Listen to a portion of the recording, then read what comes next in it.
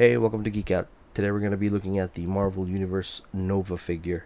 This particular one is a reissue, and I found it in the mall as a single. Like, you could buy it on its own. The first time it came out here in the Philippines, distribution was only by set, and you had to pay upwards of 3,500 pesos, or around 3,000 pesos, just to get one figure. Well, you'd get the whole thing, but if you just wanted one figure, you'd have to pay for the others as well.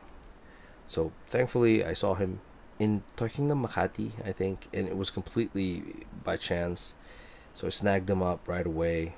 It's a little bit more expensive. They're 600 pesos now. They used to go for 400 pesos, 450, something like that. But you know, I'm fine with it because the figure looks good. The only difference that, as far as I can tell, between this one and the original one, is that it didn't come with those collectible cards that no one really wanted anyway. Other than that, it's the exact same figure. Alright, let's take a look at the sculpt.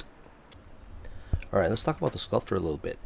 The Marvel Universe Nova figure uses the same exact body as the Jim Lee Cyclops Marvel Universe figure, which I think is the best body in the line. They also used it for Bullseye and Daredevil, and I think those two figures are just phenomenal. The only thing new on Nova would be his head and his armor pieces. The helmet is sculpted directly into the head and you can't take it off. The Nova star on his forehead is made of a rubbery material, and you can't take that off either. The armor plating is made from the same rubbery material, and so is the belt and the shin guards and those things on his wrist. They move freely around, and you could pose them certain ways. The belt goes up and down, and these things just twist around. The only negative thing I see here would be the shoulder pads. You can't lift Nova's arm without having to move the shoulder pads up. And that could have probably been done differently, but the shoulder pads are directly connected to the chest plates. So it kind of limits his articulation a little bit. But other than that, fantastically sculpted figure. Alright, for articulation, he has the neck joint.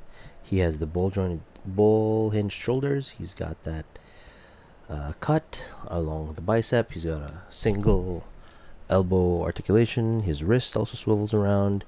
He's got an ab crunch. He's got that waist articulation. He has the T-peg. I think it's called the T-peg hip joint, where you can move it forward like a kicking motion. There's also the thigh cut, which I don't really like, but it's there. And the double jointed knee and a calf cut.